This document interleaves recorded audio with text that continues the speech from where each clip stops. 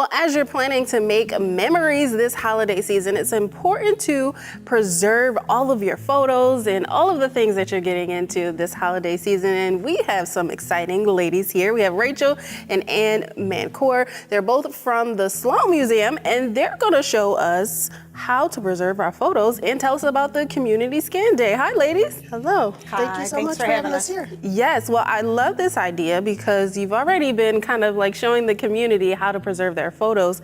You know, why is it so important to really like take notice and to really do that to keep your memories, you know, around? Well, that's a great question. So oftentimes I tell people that the main reason is that it helps with our identity and knowing who we are as humans, also with our community heritage. Finally, I think another reason that understanding our family history is important is for our health. So when we know our family stories, we know how to better take care of our health and, you know, all of that important stuff. Yeah, well, you're an archivist and you already take care of a lot of images and things at the Sloan Museum.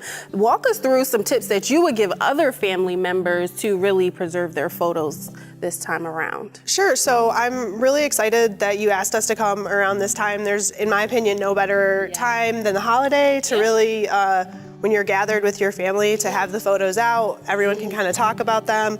It's a great time to help identify when you don't know who's in a photo. But I would say the first thing would be kind of like gathering all of the photos together. The second step that I would take is creating an inventory. It's kind of a step that not very many people think of, but when you take each individual photo and put it in a spreadsheet or some kind of documentation of some kind. And then finally, I guess the last thing I would say as far as storage goes, I think a lot of people are compelled to put photographs, you know, into a sleeve or like into a book. And a lot of times I tell people to leave them loose. They'll survive any kind of natural disaster or temperature fluctuation a lot better if they're just like loose in an acid-free folder, for example.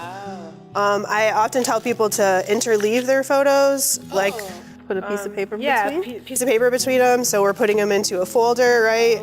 And then we're just separating them with acid-free paper. Oh, wow. We're storing them in a box flat. Okay.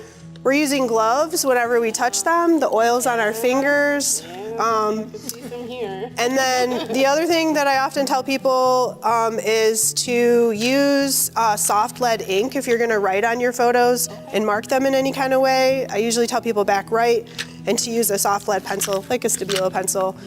And then anytime you're working with archival materials, you always wanna have a pencil around and not a pen.